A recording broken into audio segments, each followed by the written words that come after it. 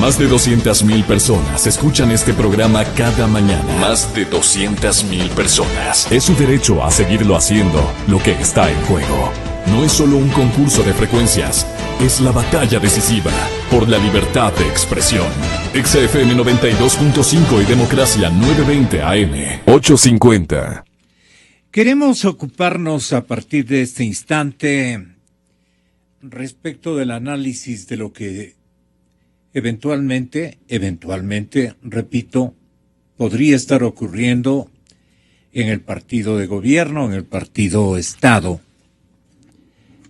Ayer el discurso del señor presidente de la República en el acto de inscripción de sus candidatos, que en lista nacional va a estar integrada la papeleta de Alianza País con la intervención de José Serrano, exministro del Interior a esta hora, primer candidato.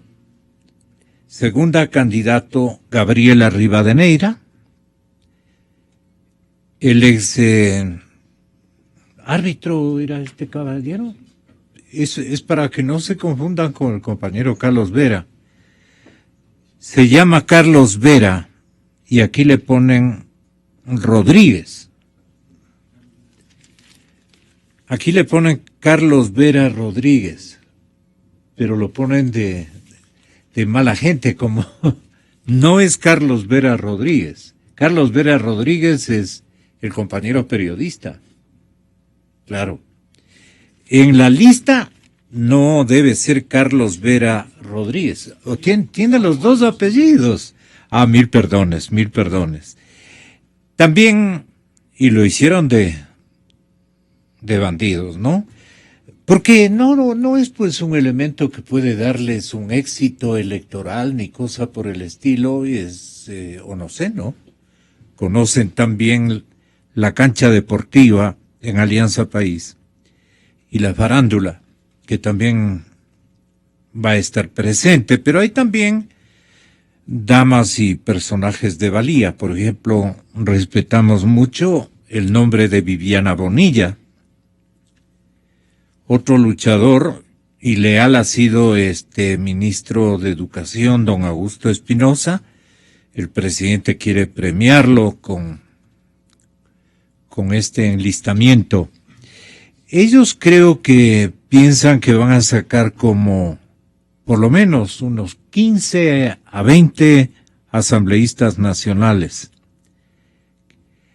¿Ustedes creen, señores invitados, que sigue vigente en el Ecuador la preferencia política electoral en favor de Alianza País? Porque por los nombres veo que ellos sí creen que puede alcanzarles las fuerzas para que Liliana Durán, Carlos Piteri, Verónica Gallardo, el señor Quispe, Luis Quispe, Lorena Tapia, Diego Ventimilla, Marisa Zambrano, Franklin Columba,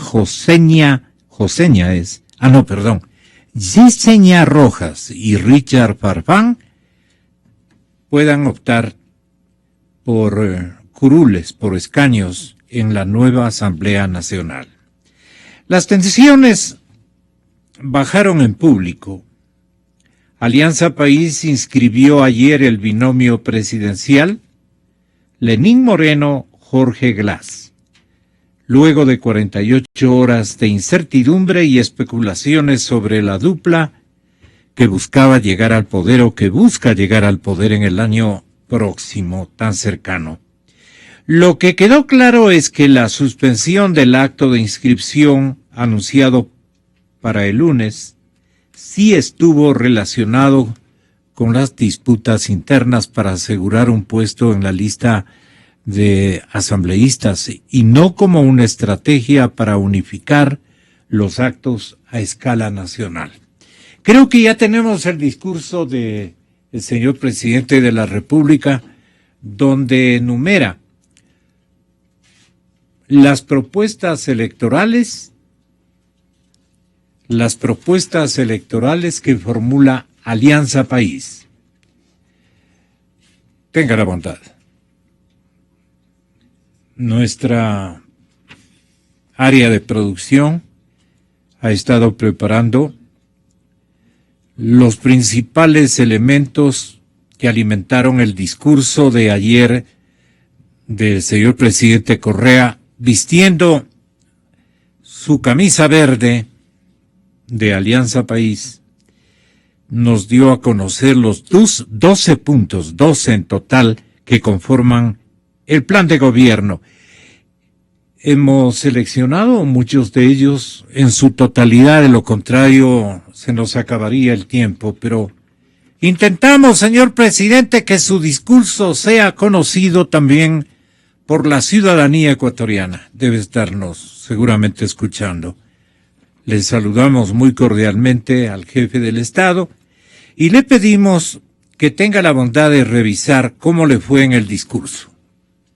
En la revolución política, ¿cómo consolidaremos el proyecto nacional popular? ¿Cómo profundizaremos la democracia? ¿Cómo fortaleceremos el compromiso de los servidores públicos con la ciudadanía? Todavía hay maltrato en ciertos servidores públicos. Es más fácil construir hospitales que cambiar el corazón del ser humano.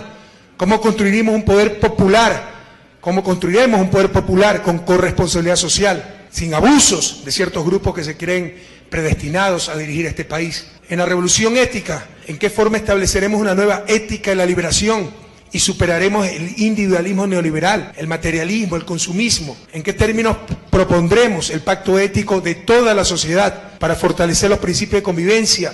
¿En qué medida fortaleceremos a la sociedad para que se convierta en el actor protagónico de la transformación ética? En la revolución económica, productiva del trabajo, ¿cómo vamos a producir mejor y producir cosas distintas para generar trabajo y transformar la estructura productiva? ¿Cómo gobernaremos los mercados?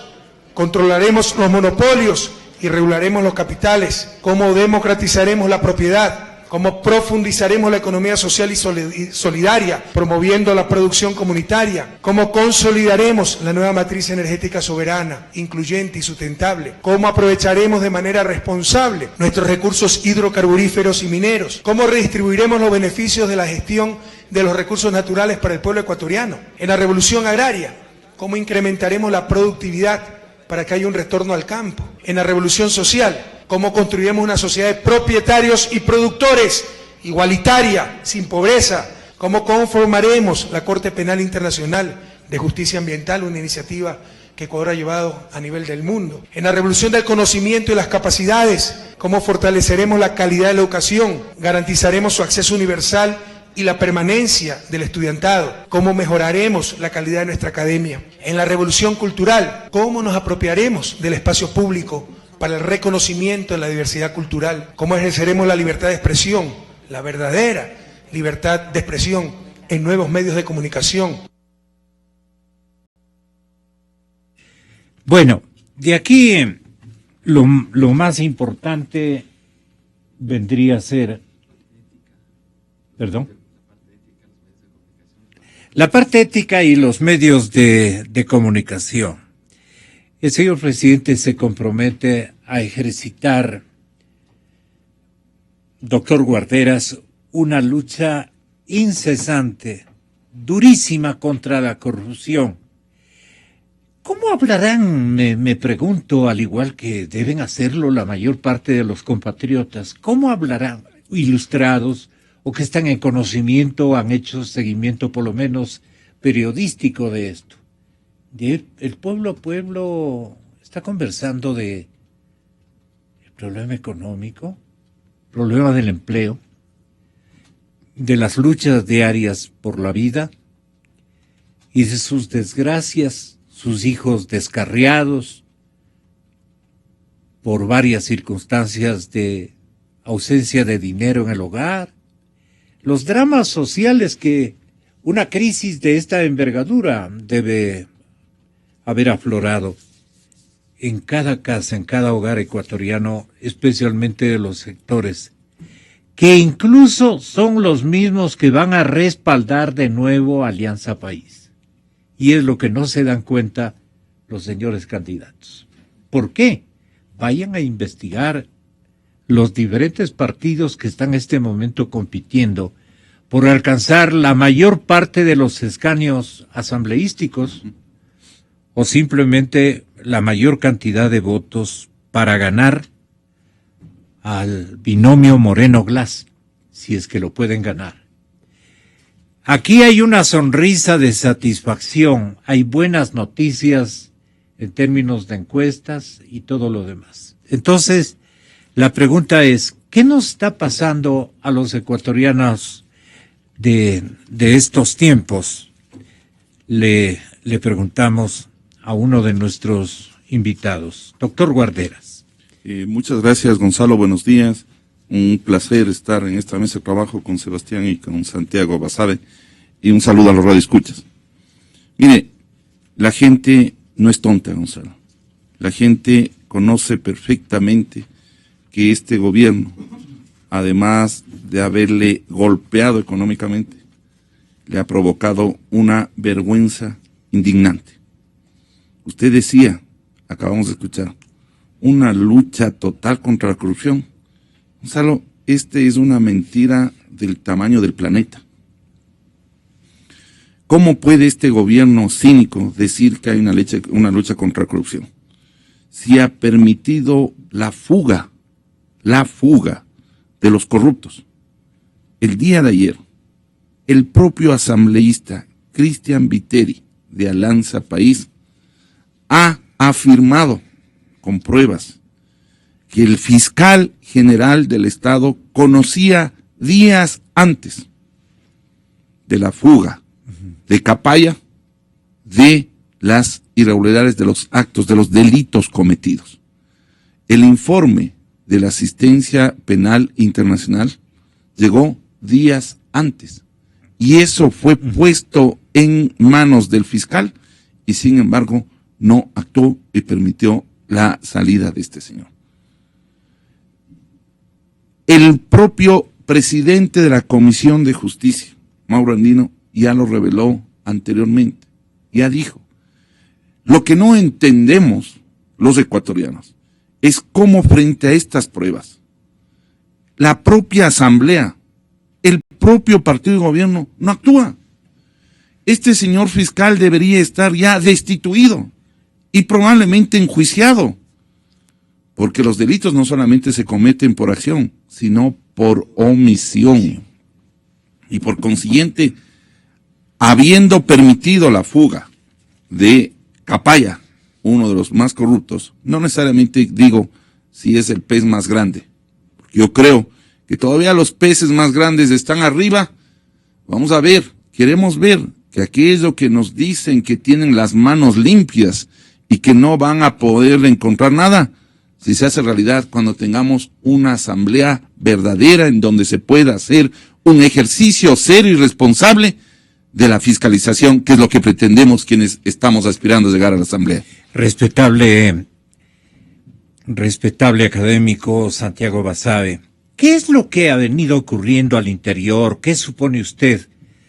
Ha venido ocurriendo al interior del partido Estado, del partido de gobierno, quiero decir.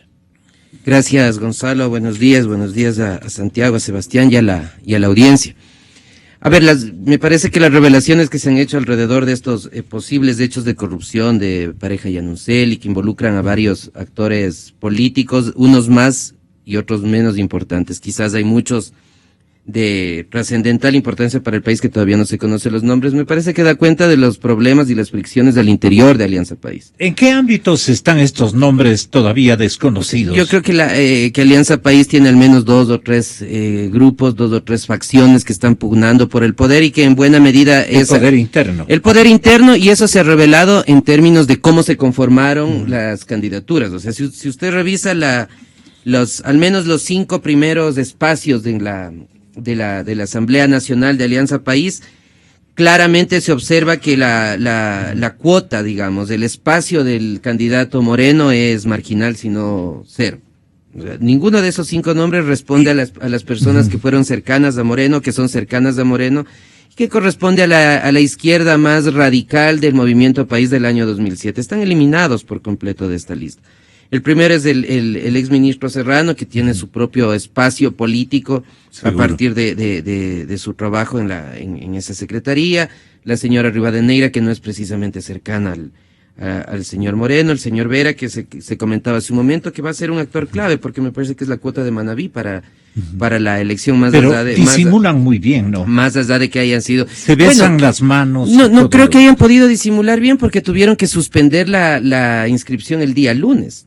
O sea, comparemos el proceso de inscripción de candidatos de país para esta elección con la anterior. No hay ninguna... Otra prueba es la maratónica reunión del día lunes madrugado. Claro. Esto da cuenta que estas fisuras empezaron a hacerse más notorias. Estas denuncias que están apareciendo dan cuenta de las fisuras al interior de Alianza País.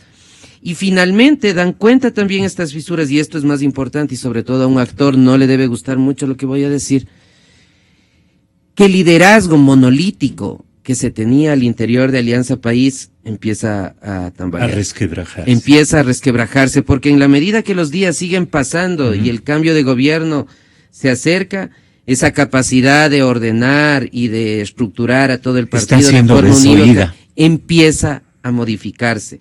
Y a los actores políticos alrededor del país, los asambleístas, el caso del señor Viteri me parece que da cuenta de esto, empiezan a actuar de forma un poquito más autónoma, porque ya los incentivos que tenían para mantener esa lealtad o sumisión hacia Carondelet empiezan a desaparecer. Y nuevamente, la lista de candidatos yo creo que da cuenta de eso, la demora, las tensiones, las pugnas, y sobre todo lo llamativo que decía hace un momento, no encuentro, al menos en la nacional, que el espacio del señor Moreno, de la gente cercana al señor Moreno, no se encuentra ahí. ¿Usted les ubica a los más cercanos a Moreno? O sea, yo creo que Moreno, y eso lo ha dicho él mismo, no corresponde, su grupo cercano era el ala más de izquierda que llegó en el año 2007, las ideas innovadoras desde la izquierda, muchos se han ido desgranando a lo largo del tiempo, muchos se han ido, Alberto Acosta, por ejemplo, los hermanos Larrea, por ejemplo. Los hermanos Larrea. Algunos pocos se han quedado, de esos, algunos de los que se quedaron terminaron girando hacia el espacio de poder real dentro de Alianza País. Y esto nos conduce a una candidatura que es preocupante, porque es una candidatura donde el vicepresidente tiene diferencias abismales, me parece, respecto al señor Moreno, en términos ideológicos, en términos de posicionamiento, en términos de estilo, y en muchas otras características propias de los dos candidatos. El que podría ser el presidente de la Asamblea Nacional, que sería el señor Serrano, si es que llega a ser el más votado, que me parece tiene una opción importante, no corresponde a una visión ideológicamente cercana al presidente Moreno, eventualmente, si es que Moreno llega a ser presidente. Claro. Entonces, yo creo que ahí claramente se está evidenciando quiénes gobiernan, quiénes administran, quiénes tienen mayor peso dentro de Alianza País, y cuál es el papel esencialmente electoral que ofrece el señor Moreno. Una cuestión que deja ver claramente lo que acabo de señalar, es que hasta hace unos pocos días el señor Moreno había hecho una crítica muy fuerte a las escuelas del milenio, las había tachado de elefantes blancos, que hay cosas que hay que cambiar y mejorar. Y ayer, en un momento en el que, en su discurso me refiero, en un momento en el que no venía al caso realmente este tema, hizo hincapié en que las escuelas del milenio van a seguir. Eso da cuenta del nivel Le exigieron a que esclarezca esa crítica, digamos. No venía al caso el tema, pero lo hizo el candidato. Entonces, ¿Quién tiene en este momento el mayor poder, aunque sea poder real, pero vergonzante? ¿Quién tiene este momento? Dentro de Alianza País, me parece que es la línea del vicepresidente Glass, claramente, ¿no? Claramente las denuncias o conjeturas que se han planteado en estos días no fueron suficientes para que su candidatura pueda ser modificada. O sea, ¿se robusteció el liderazgo interno del señor Glass? No sé si se robusteció en realidad respecto a la opinión pública y respecto a la votación. Me parece que genera un efecto contrario. Pero es tan importante y tan poderoso que era difícil mover esa candidatura. Y nuevamente, o sea, si revisamos los diputados nacionales, los asambleístas, los candidatos, aquí claramente el papel y el espacio del señor Moreno es marginal. Lenín, ¿podría ser tan amable en darnos a conocer qué piensa de las escuelas del milenio? Escuelas del milenio, por ahí. los políticos que siempre distorsionan las cosas, tomó solo una parte de una frase en la cual yo decía que a lo mejor menos hierro y menos cemento y a lo mejor aglomerados, y podríamos hacerlo de manera más fácil y a lo mejor en mayor cantidad. Pero sí, es una alternativa. Pensémoslo. Siempre hay una forma mejor de hacer las cosas, pero jamás cambiar el concepto de excelencia, el concepto de profesores de tercer y cuarto nivel, el concepto de alumnos bien vestidos, con sus uniformes, con sus útiles escolares, con su alimentación, con sus pupitres dignos. ¿Donde manda capitán o simple y llanamente el presidente exigió esa rectificación como una señal para que la gente de nuevo confirme de que el partido de gobierno es un partido con jerarquías respetables y respetadas, por ponerlo así? ¿O qué supone Sebastián Mantilla? Gracias, maestro universitario. Bienvenido a la cadena Democracia. Gracias, Gonzalo. Un gusto estar aquí. Un cordial saludo a todos e igualmente a los especialistas y colegas que me acompañan de panel, Santiago Guarderas y Santiago Basabe. Ve usted, es curioso, ¿no? Pero ayer la misma secretaria del partido Alianza País o del movimiento Alianza País, Doris Solís, hablaba del tema de la unidad. Decía de que pese a los comentarios que se dieron, porque tenía que darse un poco la presentación de los candidatos del día lunes, y se demoró hasta que el día de ayer se hizo ya público. Y claro, de alguna manera se evidenció, y eso le digo, Gonzalo, que no solamente se ha evidenciado en las últimas horas, días o semanas, sino se aprecia que igualmente dentro de Alianza País efectivamente sí hay una división. Y una división que se ha ido como ahondando cada vez conforme pasa el tiempo, por una serie de motivos, digamos, divisiones por una serie de motivos. Doña Doris Solís ayer estuvo muy entusiasta con la nota que ella otorgó a la cohesión. Estamos más unidos que nunca, dijo. Esta tarde se desbaratan y se caen todas las intrigas, las mentiras que han circulado en estos días. Hoy más unidos que nunca, con lealtad, con compromiso, con la convicción de sostener, de profundizar, de mejorar esta gran década ganada, estas grandes conquistas de la Revolución Ciudadana. ¿Se dio entonces Lenín Moreno? Se dio, digo. Yo creo que sí, efectivamente, Lenín Moreno ha cedido, y vea usted un poco cómo acomoda, ¿no? Tuvo una posición realmente crítica frente al tema de las escuelas del milenio, igualmente detrás de esa crítica a las escuelas del milenio, él de alguna manera estaba como una autocrítica al proceso de la Revolución Ciudadana. Y en ese caso él quería un poco desmarcarse y decir, bueno, muy bien, si yo llego a ser presidente de la República, lo que se va a hacer es, claro, un poco distinto, ¿no? Y era como un retomar, un regresar a lo que en un inicio fue ese proyecto de la Revolución Ciudadana, el proyecto que incluso ayer el mismo presidente de la República hablaba, el de las manos limpias, corazones ardientes y mentes lúcidas, etcétera, que ya igual, Gonzalo, eso ya no va más, ¿no? Yo lo que creo es que en el caso, por ejemplo, de lo que ha pasado el día de ayer, en el caso del cambio del discurso de Lenín Moreno, como la conformación propia de las listas, se ve prácticamente un poco ya como el último viscerazo del mismo presidente Correa, donde él ha terminado de alguna manera de conformar las listas que en última instancia yo diría son más un poco gente de confianza de Correa que de Glass. Porque creo que incluso, aunque Glass es mucho más cercano que Correa, creo que Correa también quiere o ha querido también poner gente más cercana a él. Porque yo creo que si en el caso, por ejemplo, Glass hubiera tenido esa posibilidad de él pensar en también su gente, hubiera puesto también igual a otro tipo de candidatos para la asamblea, tanto a nivel nacional como a nivel provincial. Yo creo que ahí se ve claramente un poco ya el liderazgo, hasta cierto punto el poder que tiene todavía Rafael Correa dentro del partido. Y claro, se ve, digamos, como esos, no sé si digo yo, como gritos o cosas de ahogado, Porque el proceso político de la Revolución Ciudadana, usted ve que está y se ha venido deteriorando, ha entrado en crisis. Y lo que hace el presidente básicamente en cada una de las declaraciones es tratar de, a través de ese discurso combativo, o ese discurso que habla sobre el tema del pacto ético, que habla sobre el proceso, digamos, de revolución, de cambio, etcétera, un poco de renovar y regresar esas raíces, pero ve usted, la situación del país es distinta, una situación calamitosa, donde la corrupción acunde por todo lado, donde se unen para ganar. El tema es qué es lo que va a ocurrir el instante en que el señor presidente Correa se vaya a Europa. ¿Qué quedará aquí? Su vaticinio, ¿de qué orden sería? Gonzalo, lo que ha pasado con otros procesos básicamente caudillistas, ¿no?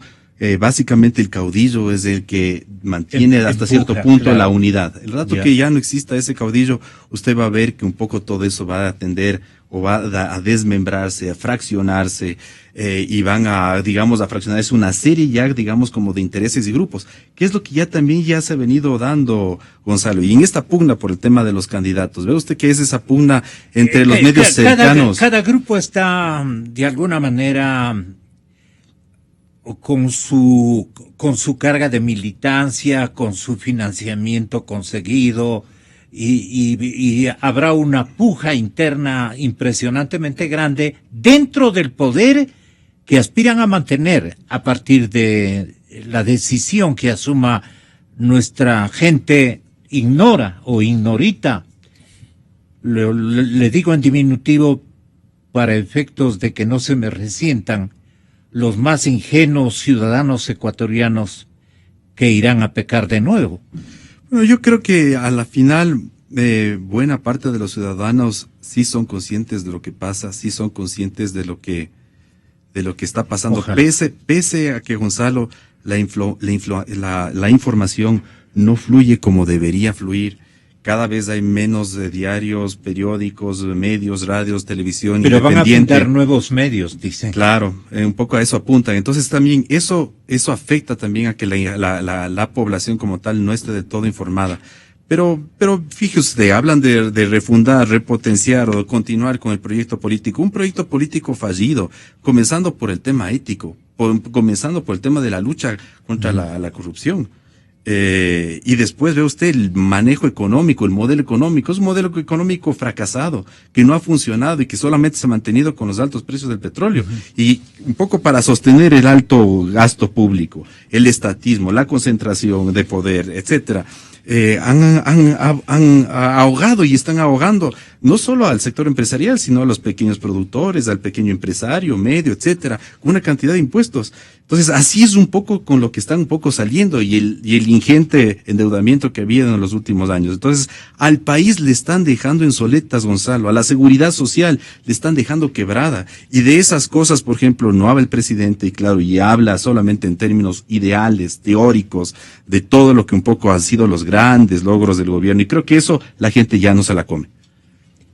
Su pronóstico para los próximos meses, los próximos días, ni siquiera hay que pensar con Alianza País en años, o por el contrario, ¿cuál es su pronóstico real, Mire, Santiago? Mi pronóstico real es que Alianza País seguirá bajando en las encuestas. Esa tendencia se la vive todos los días, porque hay dos factores que son claramente demostrables de lo que la ciudadanía piensa. Por un lado, el deterioro económico. Las cifras de desempleo han llegado a los niveles de cuando este gobierno ingresó. Es más, se han ampliado, porque en el 2007 la cifra de desempleo era el 5.7, ahora estamos en el 6%. 6 de cada 10 ecuatorianos no tienen empleo pleno. Y de esos, Gonzalo, los más afectados son los jóvenes. Cuando salen de las universidades, cuando después de terminar, hacer un sacrificio, estudios de posgrado, no tienen empleo. Tienen que, en primer lugar, buscar cualquier tipo de ingreso. Y todo ese estudio que les sirvió, simplemente lo botan a la basura porque tienen que ir a manejar un taxi. Perdónenme los opositores, los candidatos opositores en esta coyuntura hablan a nombre de la clase media. Alianza País y sus candidatos hablan a nombre o en nombre de la gente del Estado llano. Y son dos condiciones este momento que priman en la sociedad ecuatoriana y que constituyen el universo o los universos mayoritarios.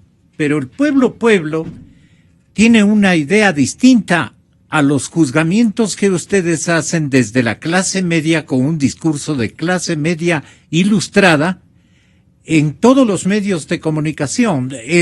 Yo diría que no, Gonzalo, porque yo he tenido la posibilidad de ir al yo pueblo. Tengo que hacerles un poco la contra. Y le voy a decir, no, es correcto. ¿Qué es lo que pasa?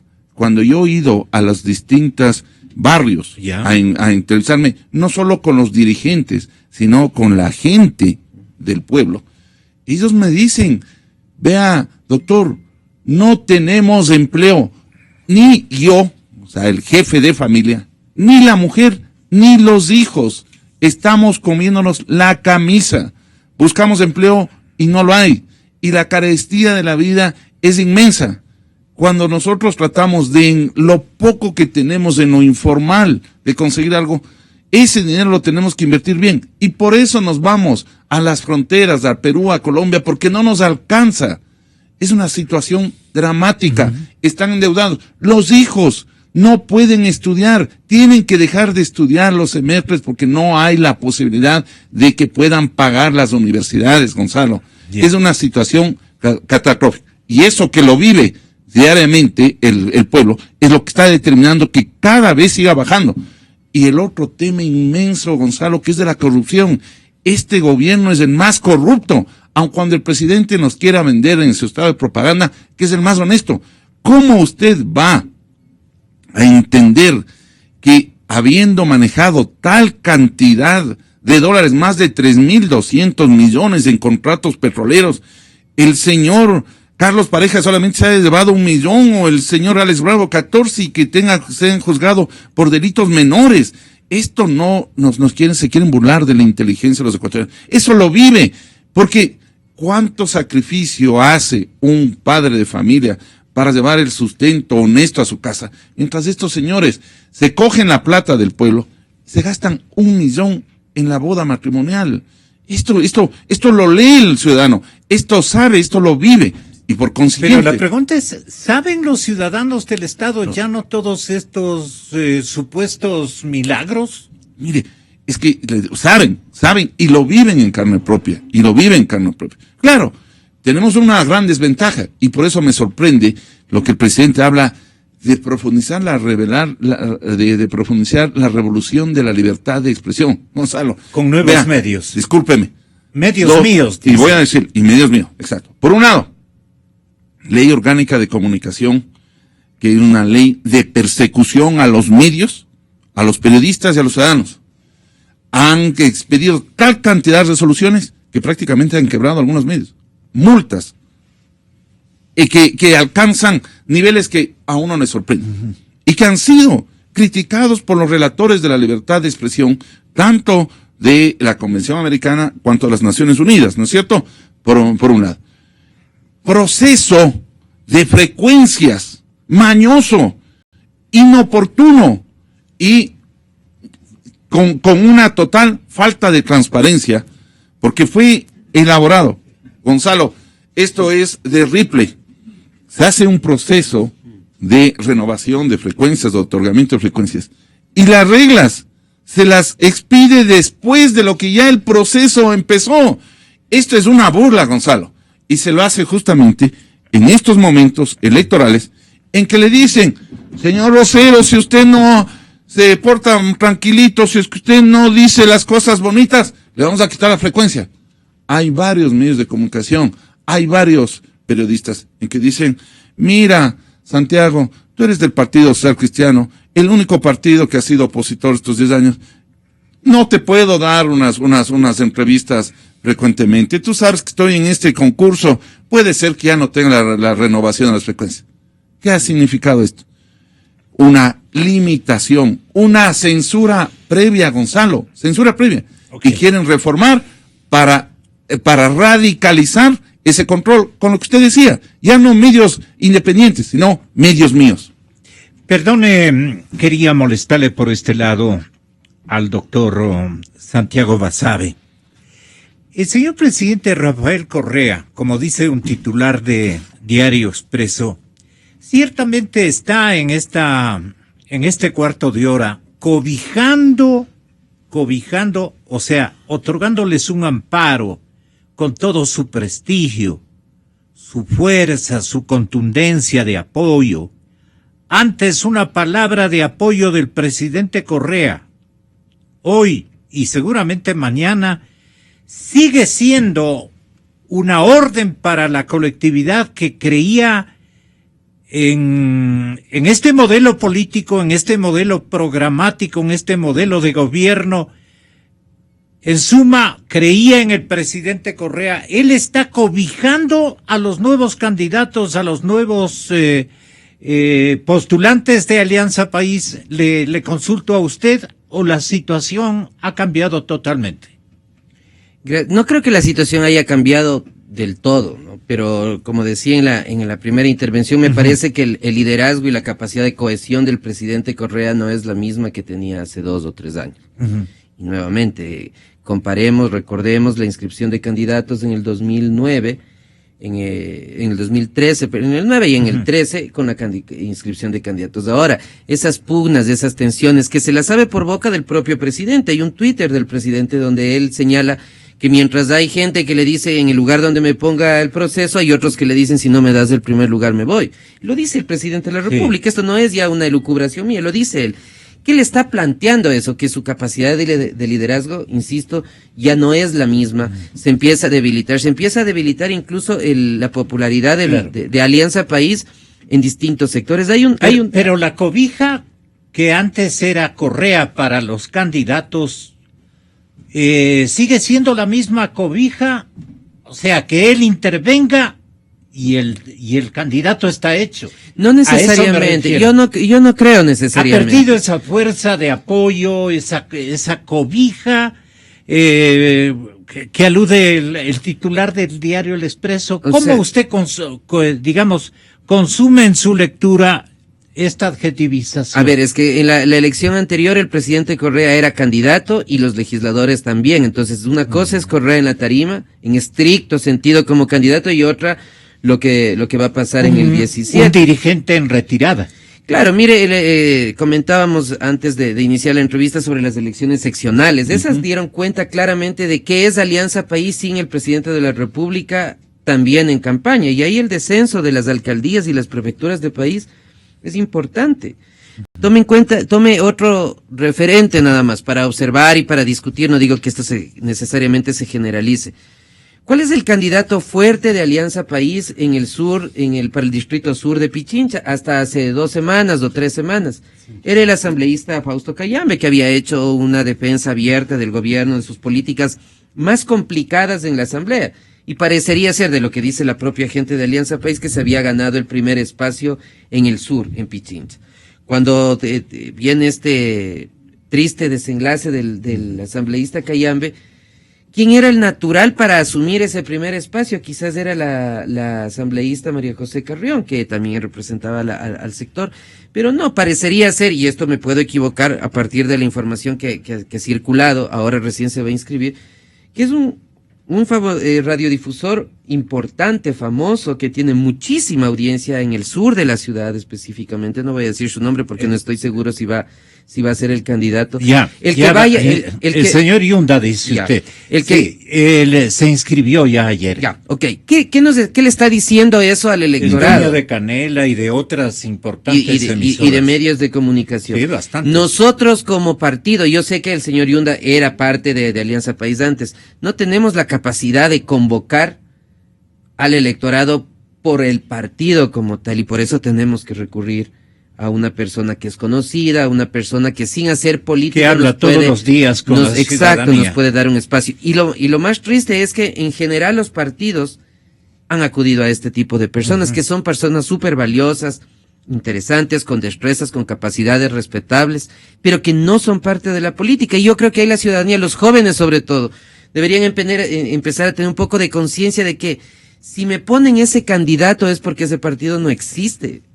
Así de simple. Es porque lo que dicen que es un partido es una cascarita que no tiene nada por dentro. Y que ante esa dificultad de tener gente que ha hecho política, que ha hecho vida política, que son cuadros políticos, tienen que recurrir a este tipo de candidatos. Y ahí, desafortunadamente para el país, si usted hace un recorrido entre el año 79 y el 2016, los partidos nunca se consolidaron y ahora tampoco. Y Alianza País es parte de eso. Es decir, seguimos con maquinarias electorales que tienen unos pocos cuadros políticos, evidentemente, pero que en la sustancia no cambiaron y tienen que recurrir, por tanto, a personas que, siendo valiosas, y vuelvo a repetir, teniendo el derecho, evidentemente, a ser candidatos, son tomados porque el partido como tal no tiene la capacidad de postular un candidato propio. Le dejo un dato interesante para la población. Cuando uno revisa los asambleístas en el Ecuador desde el año 79 hasta el 2016, todos los asambleístas, son alrededor de 800 asambleístas. Más del 50% no tenía carrera política, llegó una vez a la asamblea y desapareció de la vida política. Es verdad. ¿Cómo puede un país tener una legislación coherente, estructurada, si la mitad de sus diputados es gente que no tuvo experiencia política, que llegó, estuvo 2 o 4 años, que no sabemos qué hizo esos 2 o 4 años de ahí, y volvió a su actividad privada o desapareció abiertamente? En buena medida, estos candidatos que vienen de los deportes, que vienen de los medios de comunicación, que no vienen de la política, para ser más general, son los que engrosan este 50%. O sea, seamos conscientes al momento de votar, de entregarle el voto a alguien que efectivamente sabe hacer política, sabe cómo va a legislar, sabe cómo podría legislar si es que no ha sido candidato antes, como Santiago, que está acá, por ejemplo.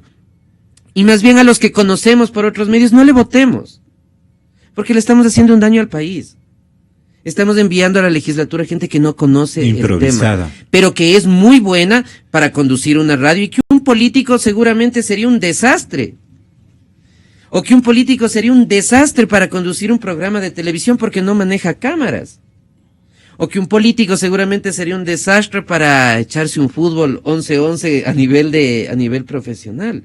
O sea, ojalá podamos tener la capacidad de llegar a los jóvenes, sobre todo, que es un segmento importante, para que piensen el voto en una condición media contraintuitiva. A este le conozco por otra cosa. Entonces eso quiere decir que a esta persona no le interesa la política en realidad. Que hubo un partido político desesperado, cualquiera, que le golpeó la puerta y le dijo, no lo dijo expresamente, pero el mensaje es ese: mire, nosotros en su provincia no tenemos a nadie, porque no tenemos cuadros, porque no somos nada. Por favor, como decimos acá, no sea malito, acepte la candidatura. Le dejo de adrede pensando y obligándolo a que procese al ciudadano esto que acaba de mencionar Santiago Basabe. Qué importante. Sebastián Mantilla, señor doctor, ¿qué costo va a tener que pagar la oposición por su dispersión también? Esto no cuantificamos. Después va a venir la reflexión sumaria. Es decir, esta radio por lo menos podrá decirles permanentemente que les dije. La dispersión terminó con ustedes y terminó con el país, porque otro cuatrenio estará asegurando, qué sé yo, un pronunciamiento como el que ha elaborado ayer el presidente de Bolivia. El señor Morales ha dicho, don Evo, yo no estoy preparado a dejar el poder. Imagínense ustedes hasta dónde llega. Tiene ustedes, no tenemos por este momento, pero ya le haré escuchar el día de mañana, ¿no? Qué cosas. Pero bueno, sigamos adelante. ¿Qué es lo que está ocurriendo en el sector de la oposición. Miren ustedes, ayer se dedicó Cynthia Viteri prácticamente a arremeter en contra del candidato del gobierno. Y eso me parece coherente. Pero también le ha golpeado a Lasso. Y Lasso, cuando comienza a preocuparse de Moncayo, ya le da su sablazo al general. Es el que menos ha sido tocado porque como que subestiman ya su concurrencia al proceso, como que ven que no pegó su binomio o algo por el estilo. Pero ahora Cynthia ha arremetido contra Moreno y contra Lasso. Esa cuenta, ¿cómo la vamos a pagar? Le pregunto a usted, tras escucharle a la candidata del Partido Social Cristiano de lucida intervención en el acto de inscripción de candidaturas. El Ecuador tiene que saber cuáles son las 3 opciones que tenemos para el próximo proceso electoral. La primera, la del camino a Venezuela, que ya lo está viviendo Venezuela, cuya tragedia la conoce el mundo entero y que ya la empezamos a vivir nosotros, y cuyo representante es el candidato de gobierno, el señor Lenín Moreno. Esta es la fórmula del desastre, es la fórmula del continuismo. No habrá chiste que se cuente en tarima o cancioncita que se pueda cantar, que pueda disimular la tragedia que están viviendo padres y madres de familia que han sido despedidos y que siguen siendo despedidos día a día en el Ecuador, o la tragedia de los jóvenes que no consiguen una oportunidad de empleo. El candidato del continuismo, el candidato Lenín Moreno, no solamente aplaude la gestión del presidente de la República, sino que lo califica como el mejor presidente, dice él, que pudo haber tenido el Ecuador en su historia. Está un solo anuncio que ha hecho en medio de sus chistes y canciones, que solo va a cambiar de estilo, es decir, sacarle brillo a las mismas uñas sucias. Ese no es el futuro que merecen las familias del Ecuador. Según él, se ha convertido en un fanático y en un servidor de Rafael Correa. No lo digo yo, señores, hombres y mujeres del Ecuador, lo ha dicho él mismo. Son palabras de él, fanático y seguidor del presidente que en una década se ha robado el futuro de los hombres y mujeres pobres de este país. Doctor Sebastián Mantilla, ¿quién va a pagar el pagaré? Valga la redundancia, ¿quién va a pagar ese tremendo documento de la dispersión opositora? Esta me parece que es la pregunta del millón en cuestión de 1 mes, 2 meses, cuando ya veamos más clara la película. Gonzalo, lo ideal hubiera sido de que de alguna manera desde el lado de la oposición exista unidad en términos de la candidatura presidencial, pero también unidad en términos a la presentación de candidatos a nivel de diputados o asambleístas nacionales y provinciales, que parece que eso ahí tampoco no ha funcionado.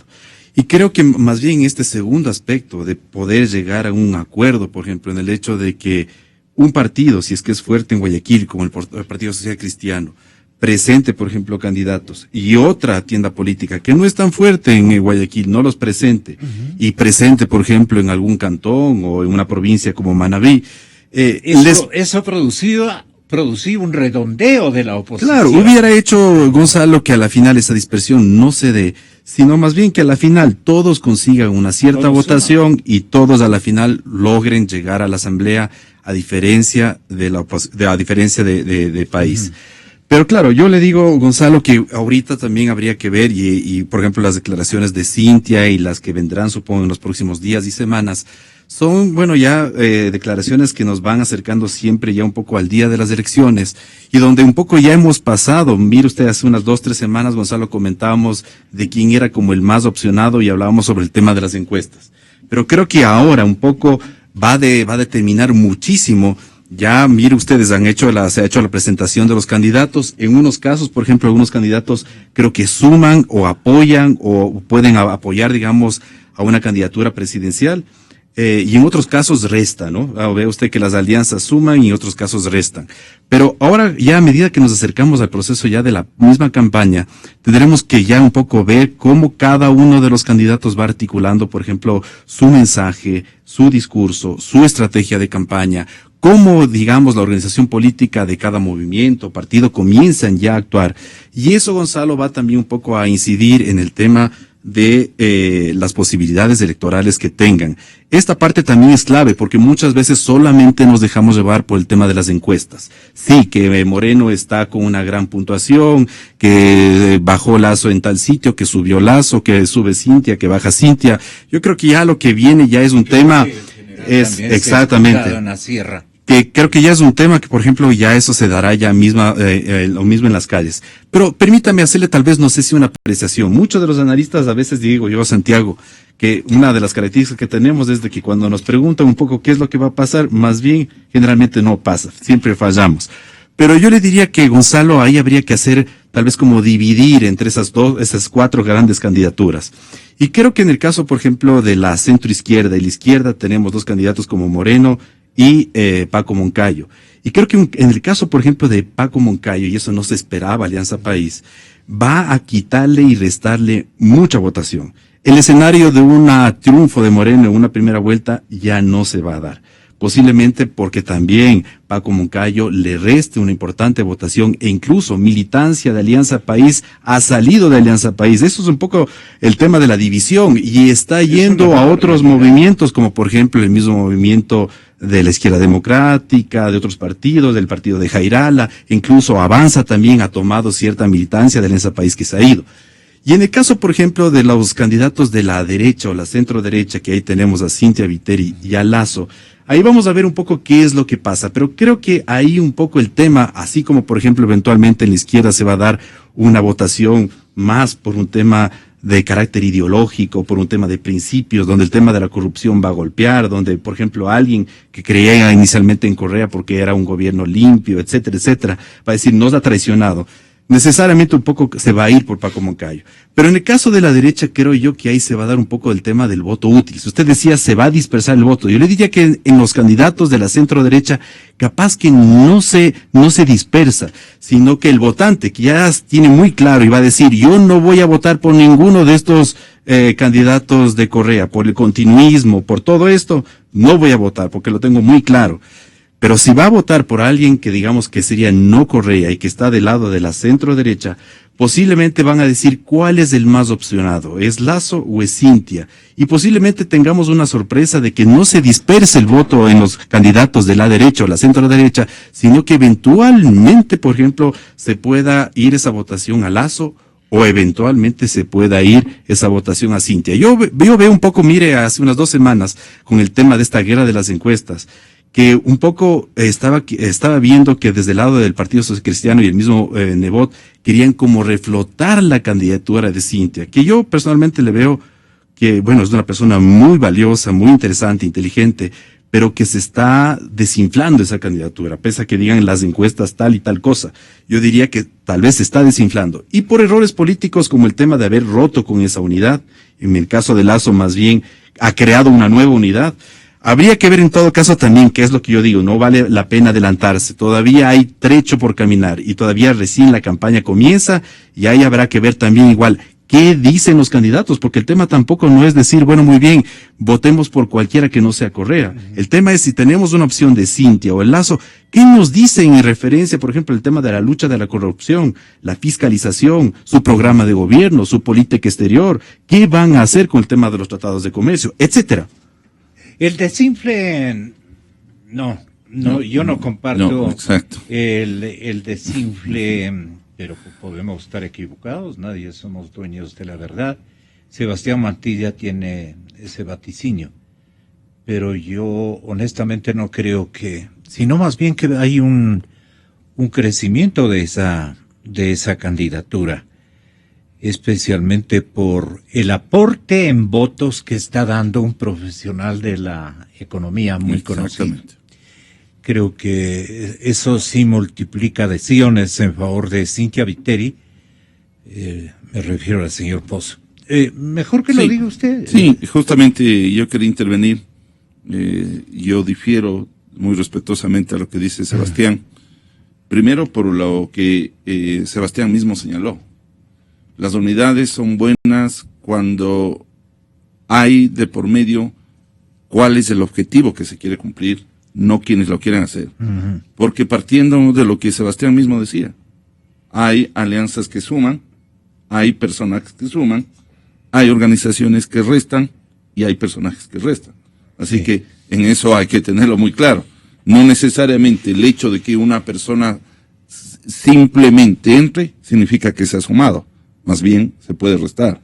Así que en eso yo creo. Segundo, lo que usted decía y es también la consolidación de un binomio serio que tiene una propuesta real para salir de la crisis económica. El binomio Viteri-Pozo ha presentado en estos días, el día lunes, una propuesta de recuperación económica para la familia ecuatoriana. Ha esbozado en forma concreta cuáles son los puntos para eliminar. Mire, uno de ellos, simplemente, porque creo que es importante, frente a esta década impositiva. ¿Qué ha dicho? Se va a revisar todo el sistema impositivo, se van a eliminar, ya ha quedado claramente establecido el impuesto a la salida de Pero el señor capitales. Lazo dice cosas. Va a eliminar el impuesto. En el tema impositivo yo creo que todo el mundo coincide, que va a reducir la carga tributaria. Dejemos eso y vamos a una cosa. Después de esta situación, de esta depuración, claramente se ha establecido que durante los 4 años de gobierno de Cynthia Viteri no va a haber ningún cambio en el sistema impositivo. ¿Eso qué genera? Seguridad y confianza. Y cuando uno tiene seguridad y confianza, genera inversión, producción y empleo.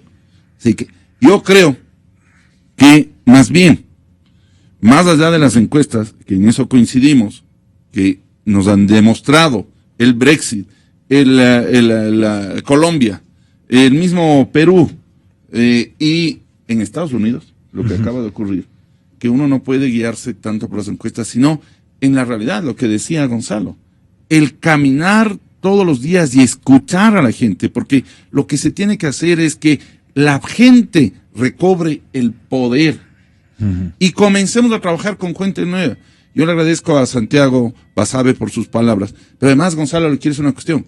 En el caso del Partido Social Cristiano, en el Distrito 1, estamos apostando a gente nueva. Gonzalo, mi segunda es una estudiante universitaria, presidenta de la Asociación de Estudiantes de Medicina de la Universidad de las Américas, joven de 24 años, talentosa, inteligente, como la cuarta, Marjorie Chávez.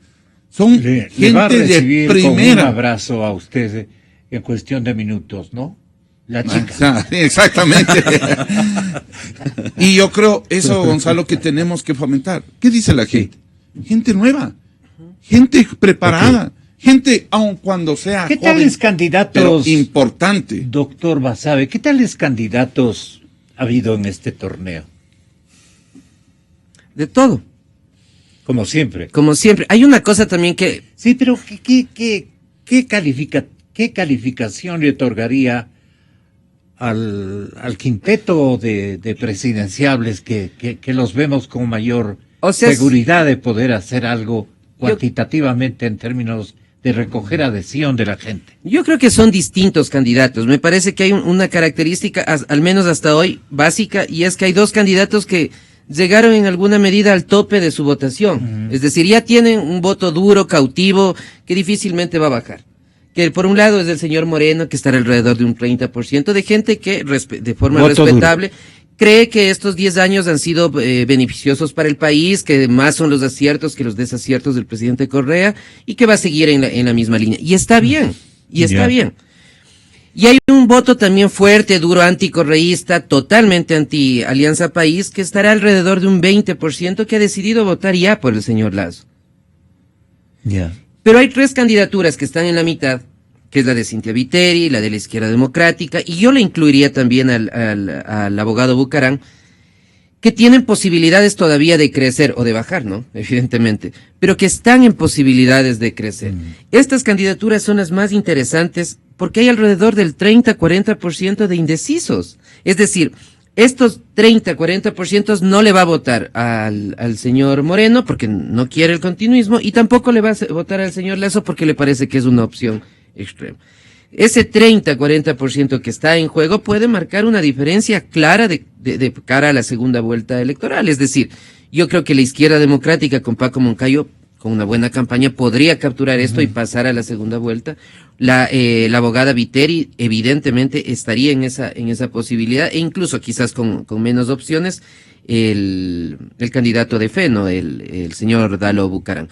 Pero hoy por hoy creo que ese es un espacio interesante que está en disputa, que tiene que generar una estrategia de campaña clara para poder generar adeptos. Y ahí hay una cuestión adicional que ahora le estamos trabajando con una iniciativa de los estudiantes de la maestría de política comparada de Flaxo, que es hacer una página que le vamos a lanzar pronto que se llama Vitrina Electoral, que es hablar de estas cosas a la gente y a los jóvenes fundamentalmente. Ya.